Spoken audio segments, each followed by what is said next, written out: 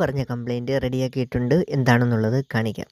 ഒന്നുകൂടെ പറയാം. LTK 5328 എന്ന് പറഞ്ഞ IC വെച്ചുള്ള ബ്ലൂടൂത്ത് ബോർഡിൽ വോളിയം കൂട്ടുമ്പോൾ കട്ട് ഓഫ് ആവുകയും വോളിയം കിട്ടാതെ വരികയും ചെയ്യുന്ന ഒരു പ്രോബ്ലമായിരുന്നു എന്ന് ഞാൻ പറഞ്ഞത്.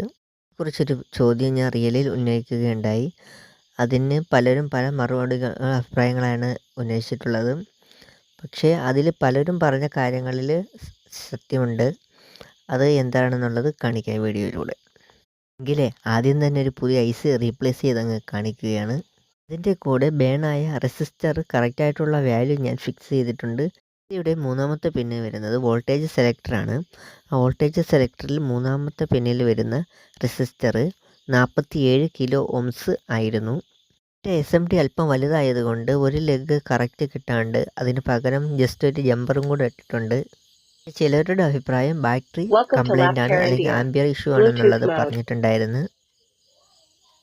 എന്നാൽ ഇവിടെ വോളിയം മുറിഞ്ഞു നിന്നത് IC ഡാമേജ് ഉണ്ടായിരുന്നു, ഓവർ ഹീറ്റ് ആയിരുന്നു. അത് മാത്രമല്ല, കറക്റ്റ് വോളിയം കിട്ടണമെങ്കിൽ വോൾട്ടേജ് സെലക്ടറിന് അനുയോജ്യമായ റെസിസ്റ്റർ കൂടി ഇട്ടാൽ മാത്രമേ കറക്റ്റായിട്ടുള്ള വർക്കിംഗ് നടക്കുകയുള്ളൂ.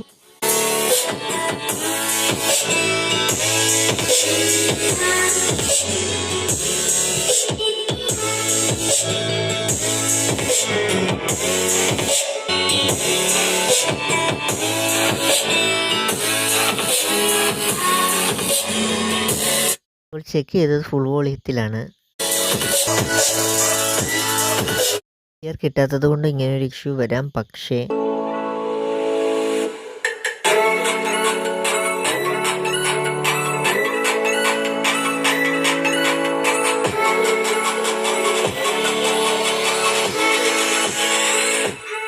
എല്ലാ വീഡിയോയിലും ഞാൻ പറയുന്നത് പോലെ ഓരോ സെറ്റിനും ഓരോ കംപ്ലൈൻ്റ് ആണ്. എല്ലാം ഒരുപോലെ ആയിരിക്കില്ല.